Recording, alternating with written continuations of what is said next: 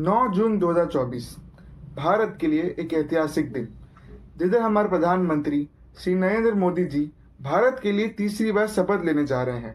ये हम सब के लिए एक गर्व की बात है।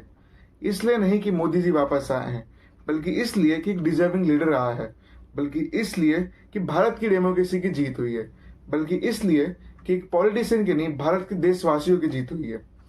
ये हम सबकी गर्व की बात है। पर इस ऐतिहासिक दिनों में भी कई सारे लोगों की कई सारे सवाल है जिनका जवाब देना जरूरी है। अब आप सोच रहे होंगे ऐसा ख्याल मुझे ही क्यों आया। बीजेपी की जीत की खुशी तो कई सारे लोगों की थी, पर उनके साथ साथ कई सारे लोगों की नाराजगी भी थी और उनके कई सारे सवाल थे जिसका जवाब देना जरूरी था। क्योंकि सवाल पूछना गलत नहीं है, लेकिन किसी बाहर के बैठे लोगों की वीडियो देखकर आना, आधे अधूरे फैक्ट जानकर लोगों पे उंगलियां उठाना, ये गलत बात है। इसका जवाब देना जरूरी था। क्या राम मंदिर बनाने में बीजेपी का कोई रोल है या नहीं, ये एक बड़ा सवाल है। जिधर कई सारे बीजेपी सपोर्टर ये सोच रहे थे कि राम मंदिर बनाते हुए भी वो यूपी में हार कैसे गए, वहीं कुछ क्रिएटर फैंस ये बोल रहे थे कि राम मंदिर बनाने में बीजेपी का क्या हाथ, राम मंदिर बनाने का ऑर्डर तो कोर्ट ने दिया है, उसके लिए चंदा तो लोगों ने बांटा है, पर इसमें बीजेपी का क्या हाथ। आइए जानते हैं जवाब। 1980 की बात है। 1980 में अडवाणी जी ने राम रथ यात्रा शुरू करवाई, जिसके कर्ता हर्ता श्री नरेंद्र मोदी जी थे। उन्होंने अपनी ज्ञान की हेल्प लेते हुए 600 लोगों को जमा करवाया उस राम रथ यात्रा में। 1989 में मोदी जी ने लोगों के विश्वास की मदद लेते हुए वीएचपी को हेल्प करवाया टू ऑर्गेनाइज राम शीला पूजन, जिसमें वो पत्थर कलेक्ट करते हुए पाए गए राम मंदिर बनाने के लिए। 1990 में सोमनाथ अयोध्या राम रथ यात्रा शुरू करवाई, जिसको लीड हमारे मोदी जी कर रहे थे। 1991 में वो और उनकी टीम घर घर पाए गए सिग्नेचर लेते हुए राम मंदिर के लिए। 1992 में मोदी जी ने सबके सामने शपथ ली कि वो अयोध्या के जन्मभूमि में एक बार भी कदम नहीं लेंगे जब तक हमारे श्री राम उनके घर नहीं आ जाते। 2014 में मोदी गवर्नमेंट पावर में आई और उन्होंने इस केस को सुप्रीम कोर्ट तक ले गए। फाइनली 2019 में सुप्रीम कोर्ट ने ऑर्डर दिया ये बनाने के लिए। अब आप बोल रहे होंगे कि इसमें मोदी जी का क्या कंट्रीब्यूशन, तो शुरुआत से लेकर एंड तक मोदी जी ही थे जिधर जो राम मंदिर बनवाने के लिए आगे आ रहे थे। राम मंदिर बनाने में सबसे बड़ा हाथ, सबसे बड़ा भी नहीं, इकलौता हाथ बीजेपी का ही है। दूसरी गवर्नमेंट आई, कांग्रेस की भी गवर्नमेंट आई, बट किसी ने राम मंदिर का मुद्दा कभी नहीं उठाया, इकलौते बीजेपी को छोड़ के। बीजेपी के मैनिफेस्टो को बात करें तो 2014 का मैनिफेस्टो ले, 2019 का ले, या फिर यूपी गवर्नमेंट के रूलिंग टाइम उसके मैनिफेस्टो ले ले, हर में राम मंदिर का मुद्दा उठते हुए आपको बिल्कुल दिखेगा। कोई और पार्टी ये करते हुए नहीं दिख रही है आपको। इकलौता बीजेपी है जिसने मुद्दा उठाया है। अगर ये केस सुप्रीम कोर्ट तक गया भी है तो उस मुद्दे उठाने की वजह से ही गया है। तो बीजेपी का हाथ, आप मानो या ना मानो, आप दूसरे क्रिएटर की बात सुन के आओ, लेकिन है फैक्ट मैंने आपके सामने रखा है। गूगल भी आपके पास है, आप भी कुछ भी देख सकते हो।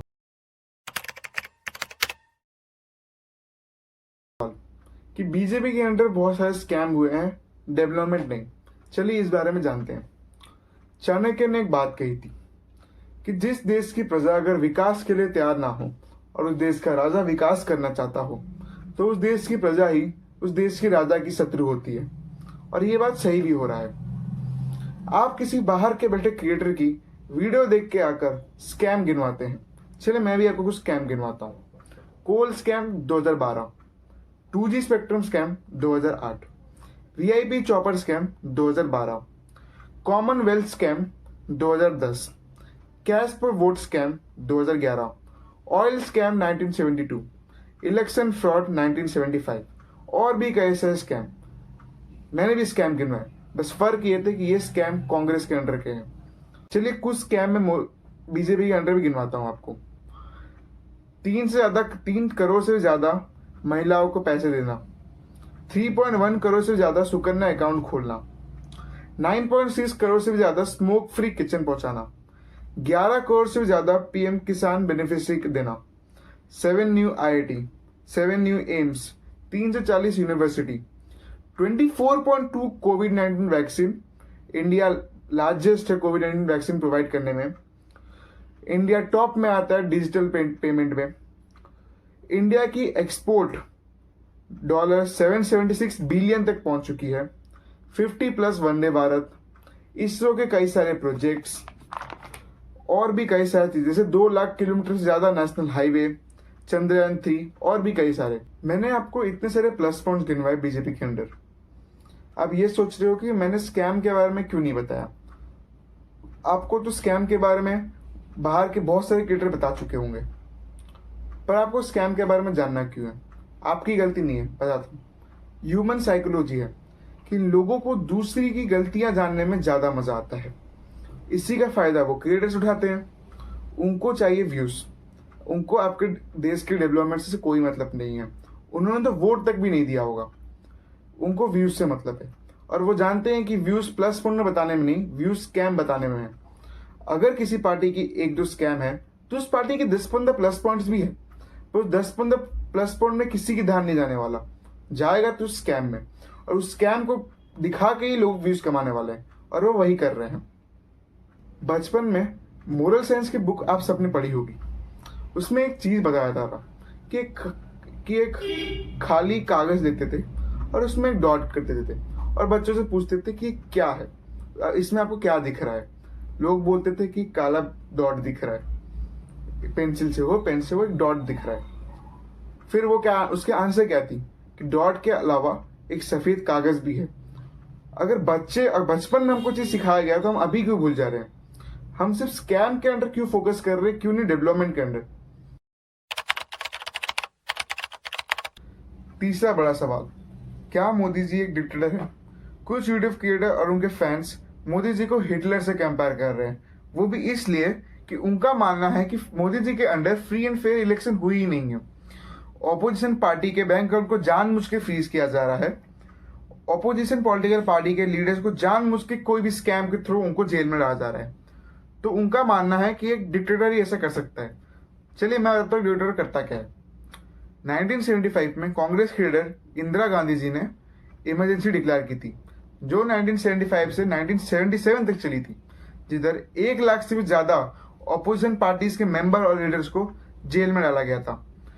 उसी इमरजेंसी के टाइम 42nd अमेंडमेंट एक्ट एक बाहर आई, जिसको कांग्रेस ने निकाला था। उस एक्ट के हिसाब से कोई भी कॉन्स्टिट्यूशनल अमेंडमेंट एक्ट जो रूलिंग पार्टी निकालती है वो जुडिशियल रिव्यू के बाहर रहेगा, यानी जुडिशियल से वो पावर ले लिया गया। और उस पावर के हेल्प से उन्होंने लोकसभा के टर्म को 6 साल के लिए बढ़ा दिया। इससे चुनाव के टाइम उनकी गवर्नमेंट ज्यादा समय तक रहे। क्या ऐसे डिक्टेटर नहीं बोलते? चलिए और एक चीज पूछता हूँ। राजनाथ सिंह, इनको तो आप सब जानते होंगे, ये हमारे अभी डिफेंस मिनिस्टर है। इनकी एक कहानी थी। 1975 में इमरजेंसी के टाइम इनको भी जेल में डाला गया था। इनकी माँ को ब्रेन स्ट्रोक हुआ था और वो हॉस्पिटल में एडमिट थे। इनको बेल नहीं दी गई। उनकी माँ का देहांत हुआ तो भी इनको बेल नहीं दिया गया। और यहाँ पे केजरीवाल, जो सुप्रीम कोर्ट के ऑर्डर से जेल में गया है, सही कहा, सुप्रीम कोर्ट, ये वही सुप्रीम कोर्ट है जिसको आप बोलते, राम मंदिर के टाइम में आप बोलते थे कि ऑर्डर तो सुप्रीम कोर्ट ने दिया है। हाँ, तो यही सुप्रीम कोर्ट ने केजरीवाल को जेल में डालने का ऑर्डर दिया था। और ये अपने पार्टी के एडवर्टाइजमेंट के लिए, इलेक्शन के टाइम कैंपेन के लिए इनको बेल दिए जा रहा है। और वहां पे जिनकी माँ का देहांत हुआ था कांग्रेस के अंडर, उनको बेल तक नहीं दिया गया। तो क्या ऐसे डिक्टेटरशिप नहीं बोलते? आपकी माँ का निधन हुआ। इमरजेंसी जब 1 साल समाप्त होने लगी तो उन्होंने कहा कि भाई 1 साल हो गया, अभी अब तो आ जाएंगे। तो उन्होंने कहा कि नहीं माँ, 1 साल के लिए बढ़ गया, इमरजेंसी बढ़ गई। तो उसी समय उसके कारण जो है ब्रेन हैमरेज हो गया था।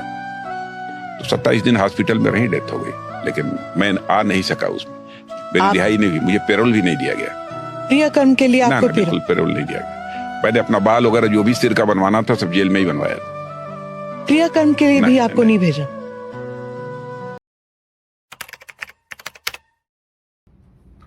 चलिए लगे हाथ कांग्रेस के मैनिफेस्टो की बात ही कर लेते हैं। तो कांग्रेस के मैनिफेस्टो में बहुत सारी चीजें हैं जो नहीं होनी चाहिए। मतलब आप सोचिए, आर्टिकल 370 वापस आएगा, वो सही नहीं है। रिजर्वेशन को इंक्रीज किया जाएगा, वो भी सही नहीं है, क्योंकि जनरल के लोग फिर कहाँ जाने वाले भाई? जनरल लोग क्या ही करे, छोड़ दे भाई। हाँ, तो ये भी चीज सही नहीं है। एक सबसे वाहियात चीज है जो कांग्रेस एक होते पैसे की लालच, वो देख के उनको लगा कि वोट मिलेगा, तो लेकिन वो जनता को मूर्ख समझते थे, बट वो ऐसा है नहीं। देखिए, उन्होंने ये कहा था 1 लाख रुपए वो सारे लोग जो बिलो पॉवर्टी लाइन है उन सबको सालाना 1 लाख रुपए देंगे और मंथली 8,000 रुपए समथिंग दिया जाएगा। तो चलिए इसको तो मैथमेटिकली हिसाब किया जाए, क्योंकि मैं तो साइंस स्टूडेंट अभी 12th में पढ़ रहा हूँ, तो मुझे ये से ज़्यादा पसंद है। टू रिपोर्ट 32 करोड़ से ज़्यादा लोग बिलो पॉवर्टी लाइन आते हैं इंडिया में। अगर सबको 1 लाख बांटा भी जाए तो ये 32 ट्रिलियन हो जाएगा। ट्रिलियन में कितने जीरो है मुझे अंदाजा भी नहीं है। 32 ट्रिलियन, और हमारे देश की जीडीपी ही 3.72 ट्रिलियन है। मतलब हमारे जीडीपी से, देश की जीडीपी से 10 गुना ज्यादा पैसे देने की वो मांग बोलते हैं। तो मतलब क्या वो हमको मूर्ख समझते हैं? हाँ, ये हो सकता है कि कांग्रेस अपने रूलिंग जो 50 ईयर प्लस उन्होंने रूल किया है उससे जितने ब्लैक मनी निकालने हैं, तो हाँ वो ये सब दे के वो शायद कर सकते हैं। वो शायद सोचे होंगे ब्लैक मनी देने के लिए कि नहीं, मुझे नहीं पता, बट वो हम सबको। अगर कांग्रेस की सरकार आई थी तो आपको महीने के 8,500 रुपए और साल के 1 लाख रुपए कांग्रेस दे। और अगर आपकी जनरेट का बच्चा है तो उसको जो है वेतन के रूप में 10,000 रुपए और पहली नौकरी पक्की दी जाएगी और उसको भी 1 लाख रुपए जो है साल में पड़ जाएगा। 1 लाख रुपए पड़ेगा, है ना? तो अगर कांग्रेस की सरकार आती है तब आपको ये सारी फैसिलिटी मिलेगी। तो कांग्रेस की सरकार को लाइए और दिलाइए। दिल्ली की तस्वीर हम आपको दिखाते, महिलाओं ने गाड़ी घेर कर चुनावी वादे के 1-1 लाख रुपए जो है उसकी मांग की है। और ये तस्वीर आप देखिएगा, राघव चड्डा और संजय सिंह इस गाड़ी में मौजूद हैं। उनकी गाड़ी को वहां पर मौजूद महिलाओं ने रोका, घेरा और कहा कि खटाखट पैसे देने की जो आप बात कर रहे थे चुनावों से पहले, वो पैसे कहां हैं? कांग्रेस की तरफ से कहा गया था 5 तारीख को ही पैसे मिलने शुरू हो जाएंगे। हाथ में आप देख सकते हैं कांग्रेस का वो गारंटी कार्ड है, लेकिन अब इस गारंटी की आखिर गारंटी क्या है, सबसे बड़ा सवाल यही है।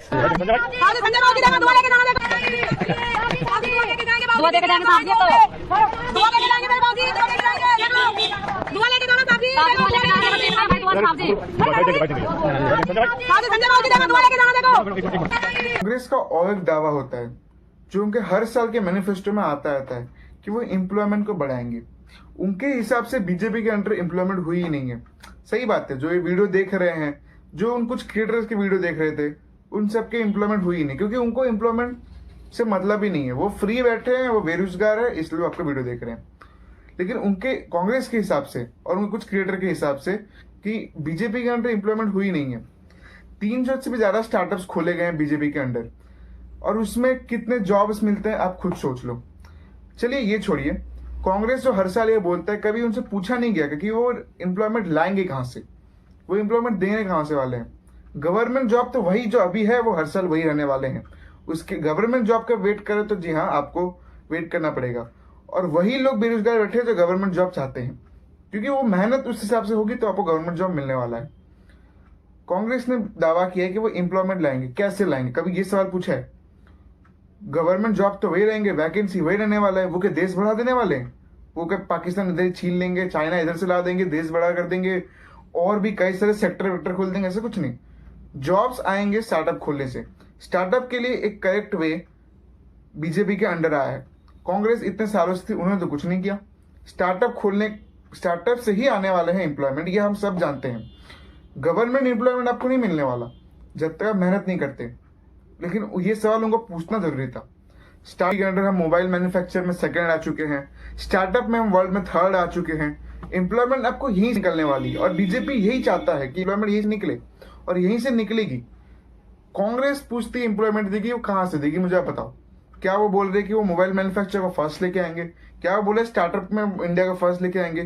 कांग्रेस का हर साल का दावा होता है कि वो गवर्नमेंट जॉब देंगे। कैसे देंगे?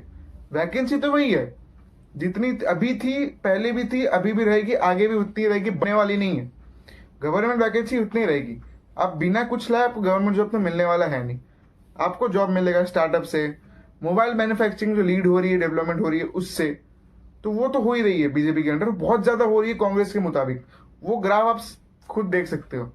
बट कभी ऐसे कांग्रेस सपोर्टर, चलो मैं भी पूछता हूँ, मतलब कांग्रेस से आज सवाल पूछता हूँ कि आप जॉब लाने कहां से वाले हो?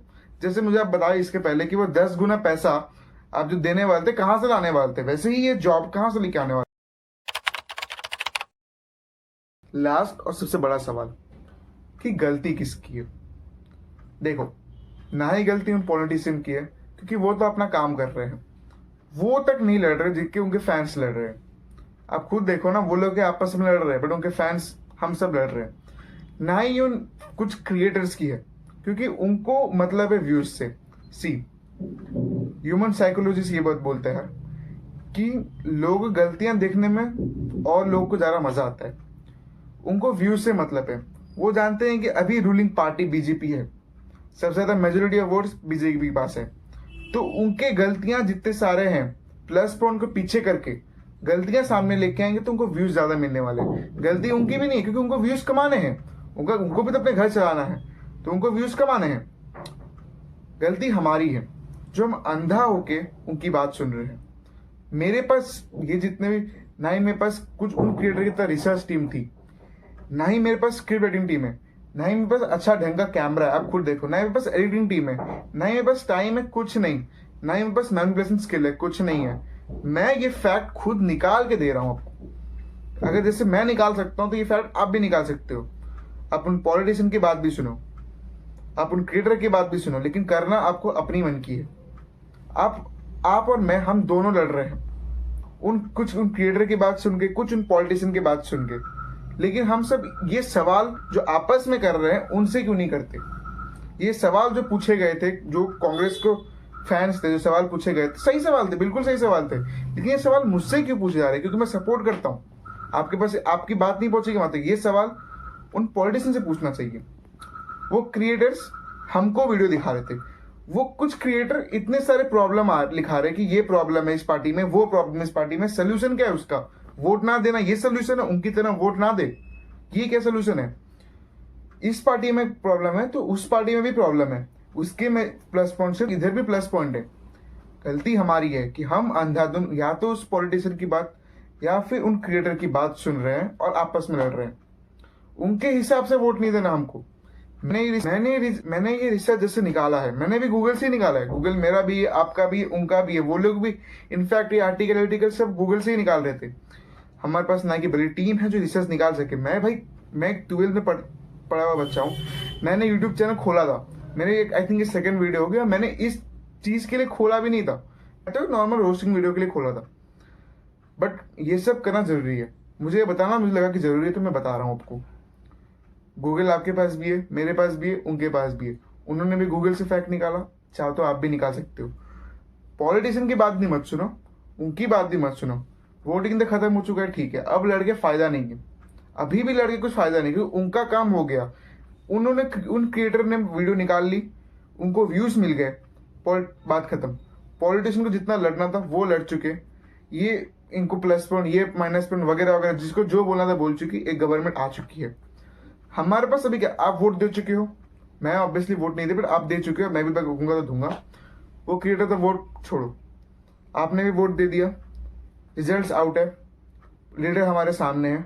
अभी ये जो सवाल है आपको पॉलिटिशियन से पूछना है, आपके भी लीडर जो भी है, आपको ये सवाल पूछना है कि ये सवाल कैसे होगा। डेवलपमेंट आप भी चाहते हो, मैं भी चाहता हूँ, तो इन कुछ क्रिएटर और पॉलिटिशियन की बात सुन के नहीं होगी डेवलपमेंट। हम चाहे तो हम ही डेवलपमेंट कर सकते हैं। हम अपने घर की बात दूसरों की बात शेयर करते हैं क्या? दूसरा हमारे घर के बारे में क्या बोल रहा है हम उसको इम्प्लीमेंट करते हैं हमारे घर में? मैं तो नहीं करता। हमारे घर में जो होना है वो हम डिसाइड करते हैं। वैसे ही आपके देश में आप जो होना है वो आप ही डिसाइड कर रहे हो। लड़ाई करके फायदा नहीं है, नहीं मैं आपसे लड़ रहा हूँ, ना आप मुझसे लड़ो, वो अब करके फायदा नहीं है। अब हमारे सामने गवर्नमेंट है, जो होनी थी गवर्नमेंट है। क्रिएटर्स को तो छोड़ो, अपने हिसाब से आप खुद देख रहे हो डेवलपमेंट कितना है कितना नहीं। जो नहीं है आप अपने आवाज को ऊपर उठाओ। ये जरूर कोई ना कोई देखेगा मेरा वीडियो, पता नहीं कोई देखेगा नहीं। मेरे पास ना ही वो एडिटिंग टीम, ना ही वो स्क्रिप्ट राइटिंग एक्सेट्रा कुछ नहीं है मेरे पास। मैंने बस अपने मन की शांति। चलो guys, thank you for watching. अगर यहाँ तक वीडियो देखा होगा, मतलब आप तो वीडियो देख रहे हो भाई, बहुत आई थिंक लंबी वीडियो बन चुकी है, मुझे पता नहीं कितनी पर लंबी वीडियो बन चुकी है। तो यहाँ तक वीडियो देखा तो thank you for watching. And मैं भी यही सेम चीज बोलूंगा, कोई लड़ के फायदा नहीं है। प्लस पॉइंट तुमने रखे, मैंने रखे, कुछ नेगेटिव इधर थी, कुछ नेगेटिव वहां पे थी। मेरी वीडियो में फैक्ट तुम्हारे सामने है, मैंने भी बहुत सारे फैक्ट दिखाए, कुछ क्रिएटर ने अपने सारे फैक्ट दिखाए, कुछ पॉलिटिशियन ने अपने फैक्ट बोले। गूगल आपके पास है, सब कुछ आप जानते हो, अपने राजा आप खुद हो, तो अपनी बात सुनो भाई, खत्म सब कुछ। लड़ के फायदा नहीं है। अगर वीडियो अच्छी लगी हो तो प्लीज लाइक एंड सब्सक्राइब। मतलब ठीक है भाई, उतना एडिटिंग वेडिंग नहीं है मेरे पास, टीम नहीं है भाई, तुम खुद सोचो, एडिटिंग टीम नहीं, कुछ नहीं मेरे पास, अभी जस्ट स्टार्ट किया हूँ। अच्छी है, ठीक है, मिलते हैं नेक्स्ट वीडियो में। Thank you.